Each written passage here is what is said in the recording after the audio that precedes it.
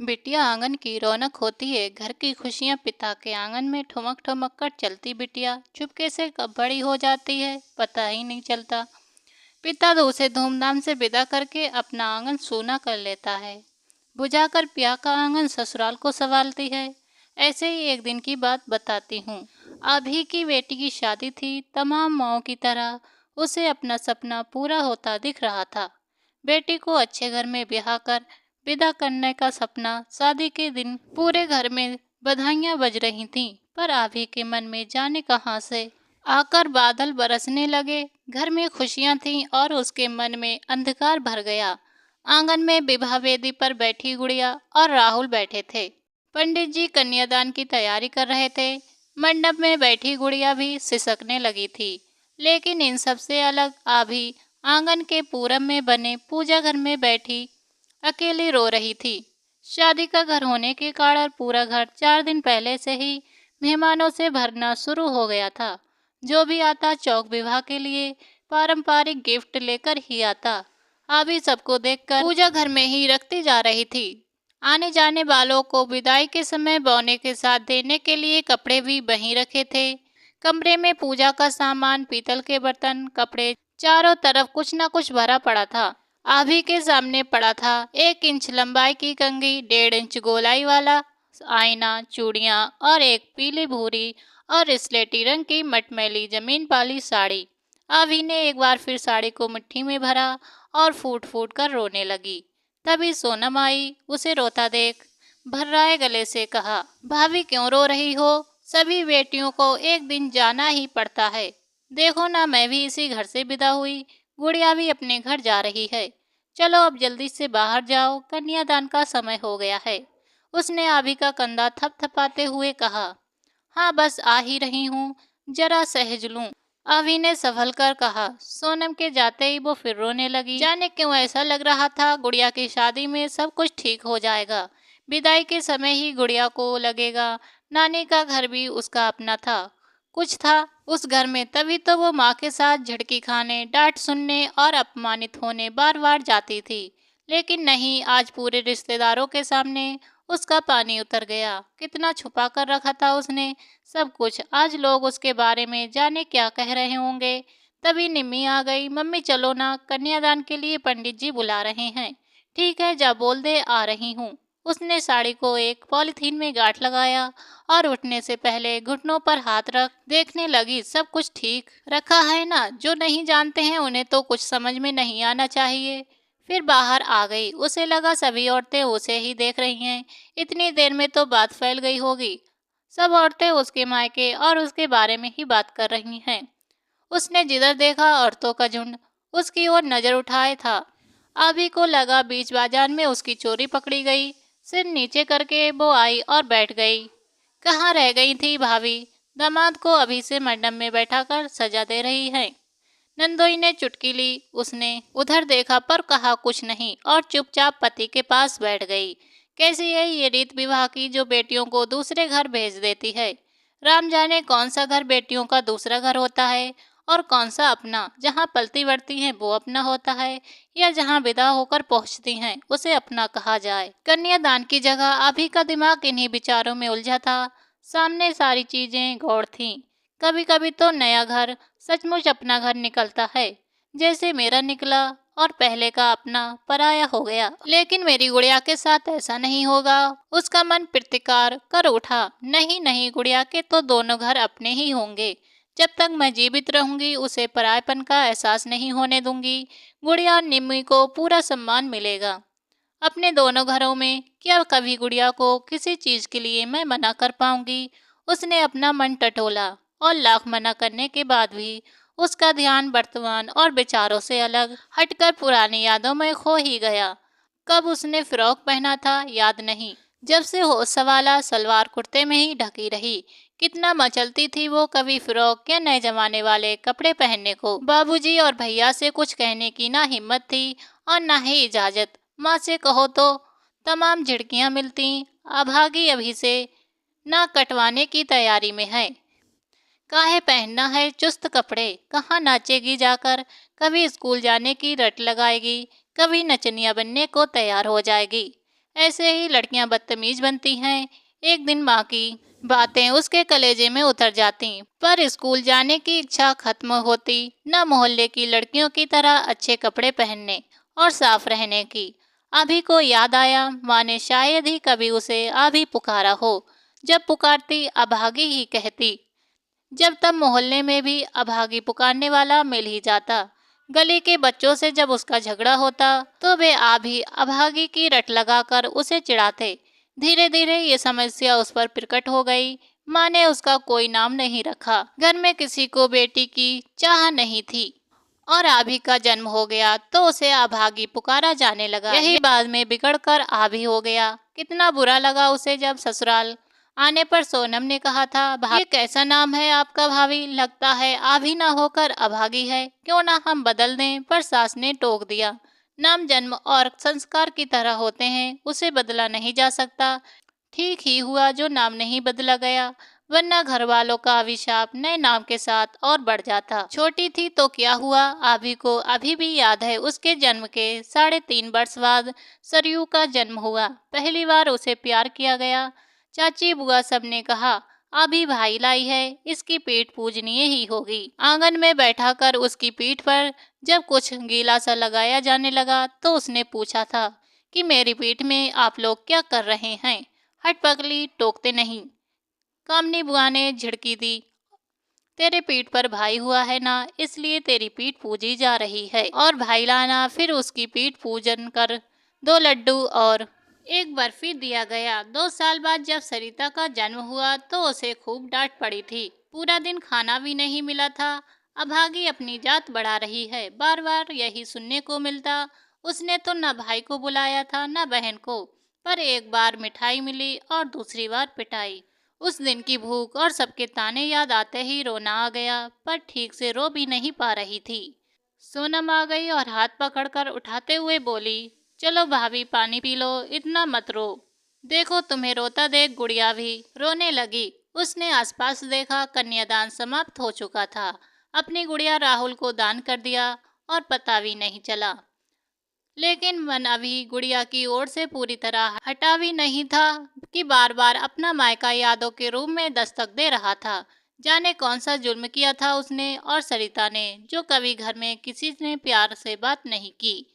कितनी बार कहा, माँ सरकारी स्कूल में पैसे नहीं लगते, पर माँ की घुड़की लगातार जारी रहती। कौन कहता है कि पैसे नहीं लगते, कौन बिगाड़ रहा है तुम लोगों को, जरा उसका नाम बताना। स्कूल गई है तुम्हें भड़काने वाली। किताब कॉपी क्या मुफ्त में आते हैं। भला हो पंडित जी का, उनके पूजा कराने के बाद ही सरयू का जन्म हुआ था। काशी से जब लौटे तो माँ को कह दिया, इन दोनों को भी 1-2 साल क्लास बढ़ा दो।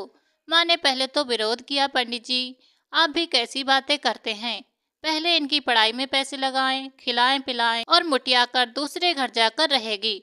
उड़ने वाली मैना के साथ ज्यादा लगाव दुलार नहीं रखना चाहिए। कब उड़ जाए, शादी में खर्चा लगेगा सो अलग। हाँ जजमान उड़ तो जाएंगी, लेकिन 2-3 साल पढ़ लेंगी तो लड़के वालों को कह सकते हैं पढ़ी लिखी लड़की है। शादी में कम परेशानी होगी और लड़की थोड़ा जोड़ घटाव करना सीख जाएगी। 4 अक्षर पढ़ लिख लेगी तो ससुराल से चिट्ठी तो लिख लेगी। चिट्ठी पत्री से क्या होगा पंडित जी, आप कह रहे हैं तो हम नाम लिखवा देंगे, लेकिन याद रखिएगा शादी में कम खर्चा करिएगा। और लड़के वालों को कह दीजिए मैट्रिक तक पढ़ी है। लड़की परीक्षा के समय तबीयत खराब थी तो परीक्षा छूट गई और तब जाकर स्कूल का मुंह देखना नसीब हुआ। 10 साल की उम्र में 6वीं में थी तभी शादी हो गई। देखो आज का दिन मेरी बेटी की भी शादी हो रही है। अभी ने देखा गुड़िया फेरे के लिए खड़ी है। घूंघट के कारण चेहरे का बहुत थोड़ा सा भाग दिख रहा है।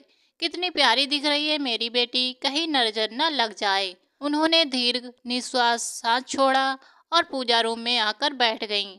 पहले की तरह ही चिंतागमन, उदास और भग्न हृदय से अपने मायके और पुराने जीवन को याद करते हुए माँ बाप ने जिंदगी में अभिशाप डालने की पूरी कोशिश की थी, लेकिन किस्मत उस पर मेहरबान थी। भले ही इस्लामपुर जैसे देहात में शादी हुई, शायद माँ बाप ने साधनहीन देहात में, जहाँ बिजली पानी सड़क बाजार जैसी मूलभूत सुविधा का नाम तक नहीं था, शादी करा दी। पर किस्मत ही थी कि खेती में जरा भी मन न लगने के कारण ससुराल ने अपने इकलौते बेटे से अपने मन का काम करने की छूट दे दी। बस दोनों पति पत्नी आ गए पटना में, छोटा सा जनरल स्टोर खोला और आज 20 साल में मल्टीपर्पस स्टोर में बदल गया। सबके राम ही होते हैं, सचमुच सबके दिन फिरते हैं। ससुराल मायके की तुलना में कितना अच्छा था। यहाँ खाने पहनने की मनाही भी नहीं थी। गांव में रहती थी तब भी सास ननद से सम्मान ही मिलता था। गांव था तो क्या हुआ, क्रीम पाउडर लगाने का सुख, चूड़ियां बिंदी प्रयोग का मौका और अपनी मनपसंद कपड़े पहनने की छूट का आनंद उसने वही तो जाना था। भरपेट मिठाई खाई थी। कभी अपने मन से कोई चीज रसोई में बनाई तो सबने मजे से तारीफ करके खाई। कितना सुकून मिलता था उसे यहाँ आकर। बेचारी सरिता ने भी कम बुरे दिन नहीं देखे हैं। उसके ससुराल आने के बाद घर के सारे काम अकेले उसके जिम्मे ही आ गए। जब बड़े भैया की नौकरी लगी तो साथ में उसे भी टाटा जाना पड़ा था। अभी को लगा कि सरिता के दिन बदल जाएंगे। भैया के साथ शहर में रहेगी तो दुनिया देखेगी, सुनेगी, मन का ख्वाब पहन सकेगी। पर हुआ उल्टा, पढ़ाई छूटी सो अलग। गांव में जो थोड़ी आज़ादी मिली थी उस पर भी ताला जड़ गया। भैया रोज बाहर से ताला बंद करके ऑफिस चले जाते। सरिता घर के अंदर बंद कामकाज करती रहती। घर में बालकनी थी मगर उसे उधर जाने की मनाही थी।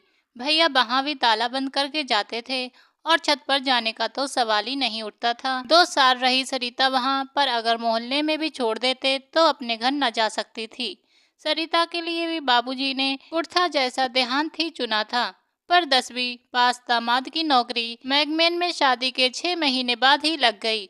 पोस्टिंग भी मुंबई में मिली। उसने अपना समय पढ़ाई में लगाया और बाद में बाबू हो गया। सरिता भी आ गई मुंबई में। आज जब भी मायके गई कभी समझ ही नहीं पाई माँ उसके आने से खुश होती है या दुखी। पूरे मोहल्ले के सामने माँ कहती है, हमने इतना खर्च करके दोनों बेटियों को अच्छे घर में ब्याया, लेकिन यही दिक्कत है, ब्याह में ज्यादा देकर हम फंस गए। हर बार लेना देना पड़ता है। अभी सुनती और टुक टुक होते अपने हृदय को संभालती। घर में देने लेने का आलम ये था कि जब तक घर में रहती घर में सब्जी रोटी या सूखे दाल चावल के अलावा कुछ बनता ही नहीं। गुड़िया के पापा भी जाते तो माँ बिना घी वाली सूखी रोटी मोटी ही परोसती थी।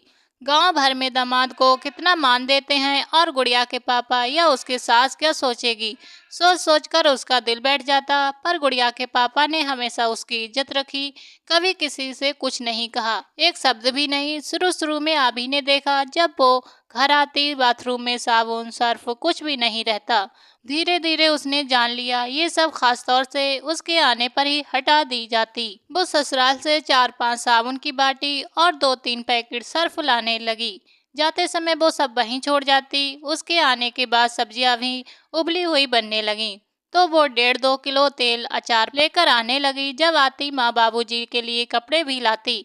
माँ सारा सामान देखती पर कुछ कहती नहीं। ये भी नहीं कि लाकर तुमने अच्छा किया और ये भी नहीं क्यों लाती हो, इसकी आवश्यकता नहीं है, बाबूजी तो नौकरी करते ही हैं, कौन सा खाने पीने की कमी है। न कोई उसे लाने जाता न पहुंचाने। पहले वो गुड़िया के पापा के साथ आती थी, फिर धीरे धीरे बच्चों के साथ आने लगी। कभी 1.5 साल में आती तो कभी 2 साल में, कभी 2 दिन रहती तो कभी 4 दिन, इससे ज्यादा कभी ना रह पाती। हमेशा अवंचित की तरह ही सारे दिन। माँ खाने को नहीं पूछती, कभी खाने को कहती तो भी 3-4 बजे तू भी खा ले आभी, जैसे कह रही हो अब छाती पर बैठी है तो खा ही ले। आभी समझ नहीं पाई ऐसा क्यों, ऐसी क्या खराबी है उसमें और सरिता में, क्या गुनाह किया है उन दोनों ने। सरिता और भी ज्यादा कुचलाती माँ बाप के लिए, पर मिलता वही अपमान। यूं शादी से पहले भी आभी ने दुख दर्द में मोहल्ले वाले मरहम लगाते थे, पर शादी के बाद उसे संकोच होता किसी को कुछ बताने में। कैसे कहे माँ बाप खाने को नहीं पूछते। जिस घर में बचपन गुजारा उस घर में अपने हाथ से परोस कर खाना भी नहीं खा सकती। इतना संकोच है अब मेरे अंदर और मांग कर भी नहीं खा सकती। मोहल्ले में घूमने निकलती तो लोग खाने को पूछते तो खा लेती। सब कहते कितना अपनापन भरा है आभी के अंदर, पूरे गांव को अपने मायके के बराबर ही समझती है। कोई घमंड नहीं शहर में रहने के बाद भी। मायके आने से पहले और मायके से लौटने के बाद आभी महीनों तनाव झेलती। वहाँ क्या लेकर जाना है। सास पति से छुपाकर कभी पैसे रखती तो कभी साड़ियाँ मायके से लौटती तो सबको दिखाती, माँ ने ये साड़ी दी है, बच्चों के लिए कपड़े दिए हैं।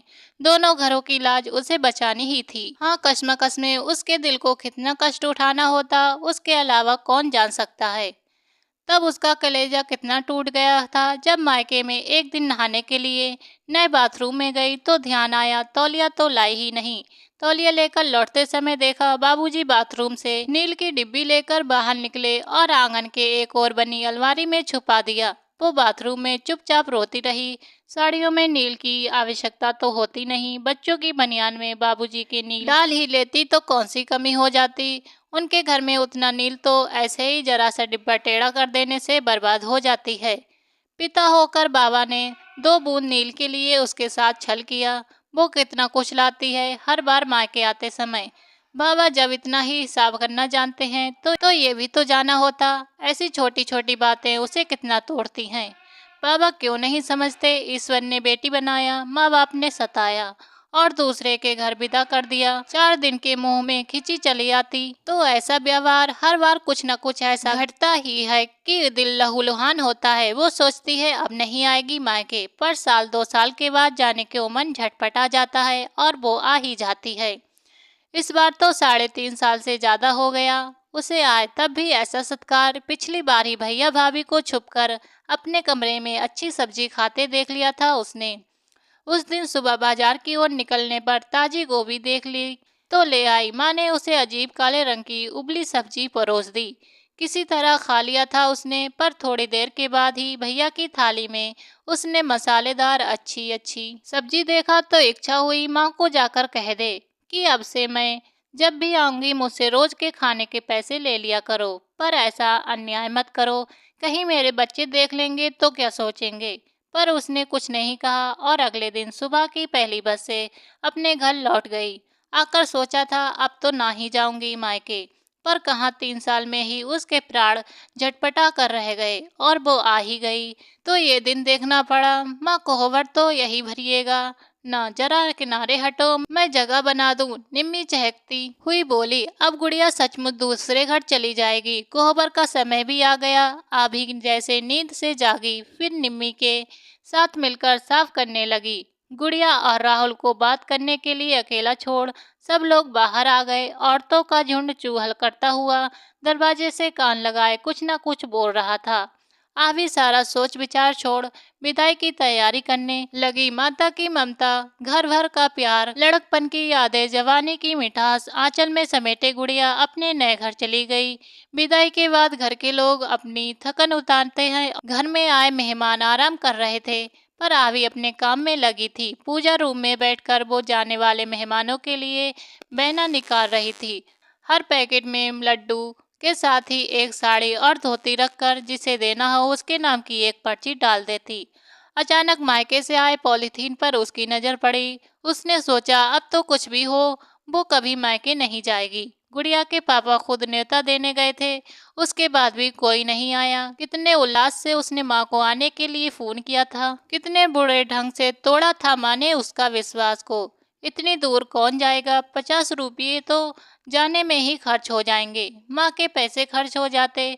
गुड़िया के पापा तो उसी समय साथ चलने को कह रहे थे। माँ ने तो ये भी नहीं कहा बाद में आकर ले जाइएगा। क्या मैं माँ को छोड़ देती? भाभी अब भूल भी जाओ। आभी ने घबरा कर देखा। सोनम खड़ी थी। भाभी सबके मायके वाले एक जैसे नहीं होते। आपके घर वालों ने खराब कपड़ा भेज दिया तो आप उसे मत पहनना। इस बार मैं सोचकर क्यों अपना मन दुखी कर रही हैं? सोनम ने बैठते हुए कहा। तो सोनम को भी पता है। आभी को लगा जैसे अब तक संभाल कर बचाया गया मान मिट्टी में मिल गया।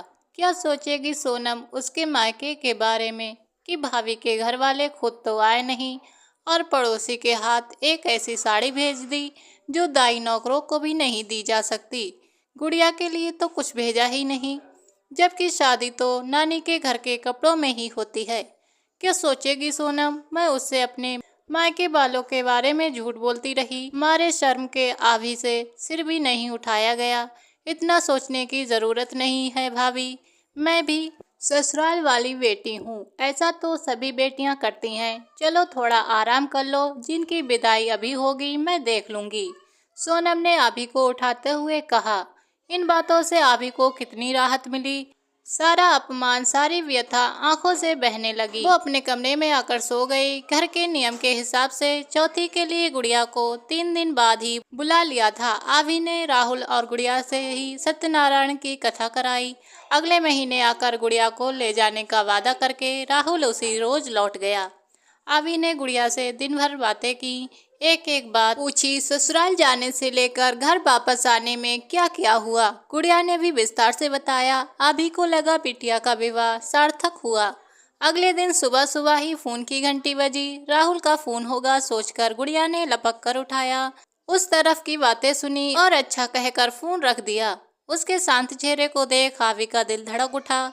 क्या हुआ गुड़िया, उसने घबराई आवाज में कहा। वो सरयू मामा का फोन था, नाना जी की तबीयत खराब है। गुड़िया ने धीरे से कहा। क्या हुआ बाबूजी को, तूने पूछा नहीं, मेरी बात ही करा देती। आभि ने परेशान होते हुए कहा वो कल हार्ट अटैक आ गया था, मामा कह रहे थे। डॉक्टर ने ऑपरेशन के लिए कहा है, लेकिन दोनों मामाओं की राय है। इतने बूढ़े आदमी का क्या भरोसा, अब तो जाने ही वाले हैं। ऑपरेशन में पैसा फंसाना बेकार है, इसलिए घर ले आए हैं। बोल रहे हैं सरिता को फोन कर देना, दोनों तैयार रहेंगी, कभी भी आना पड़ सकता है। साले कैसे बेटे हैं, बाप को ऑपरेशन की जरूरत है और बेटे घर में लाकर मरने का इंतजार कर रहे हैं।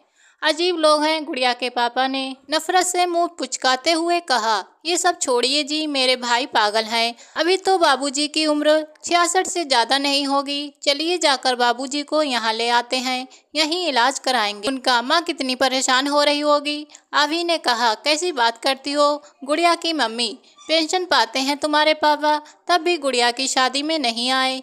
कितना रोई तुम, बहुत बेटा बेटा करते हैं। रहने दो। हाँ भाभी, बहुत रोई मायके के नाम पर तुम। छोड़ दो, जैसा हो रहा है वैसा ही होने दो, अभी वहाँ मत जाओ। नहीं नहीं सोनम, जन्म देने और बड़ा करने का कर्ज कैसे भूल जाऊं। मुझे गलत समझकर उन्होंने जाने अनजाने में भूल की हो, पर मैं अपना फर्ज नहीं भूल सकती। आज मैं तुम्हारी भाभी, तुम्हारी सहेली हूँ, तो उनके ही कारण मैं अपना फर्ज निभाऊंगी। आभि ने हाथ झटक कर कहा। तुमने आज तक मायके से नाता रखा है, फर्ज समझकर ही ना। सोनम ने जैसे आज आभि को ना जाने देने की ठान रखी थी। वो मेरा स्वार्थ था, फर्ज नहीं। मैं अपने मन के कोने में दबे प्यार को बांटने, अपने मन को तसल्ली देने, अपने जी को जोड़ने के लिए चली जाती थी। उनसे मिलने को मेरा मन मचलता था। मैं अपने गांव घर की याद में अपने पगले मन को सुकून देने जाती थी। अपने फर्ज के लिए आज पहली बार जाऊंगी। तुम्हें क्या मालूम मैंने कितनी बार तुम लोगों से छुपाया। वहाँ से मुझे कोई कपड़ा पैसा नहीं मिला, पर मैंने खुद खरीदे। इसमें भी मेरा स्वार्थ था। जाने दो मुझे। ये है कि अगर आप लोगों की मर्जी ना होगी तो आप पैसे मत देना, मैं मांगूंगी नहीं, पर मेरे गहनों पर तो मेरा अधिकार है। मेरा स्त्री धन वही है। मैं उन्हीं की कीमत पर बाबूजी का इलाज कराऊंगी। 2-4 दिन में सरिता भी आ जाएगी और हम मिलकर बाबूजी को बचा लेंगे। फिर दोनों बहनें जाकर अपने बाबूजी को बचा लेती हैं। सच में दोस्तों, बेटियां होती ही ऐसी हैं। उनको कितनी भी तकलीफ मायके में क्यों ना मिले, फिर भी मायके वालों को कभी तकलीफ में नहीं देख सकती। किस किस का मायका ऐसा है, कमेंट करके जरूर बताएं। कहानी पसंद आई हो तो एक लाइक और चैनल को सब्सक्राइब करें। मिलते हैं ऐसी किसी अगली कहानी में, तब तक के लिए नमस्कार।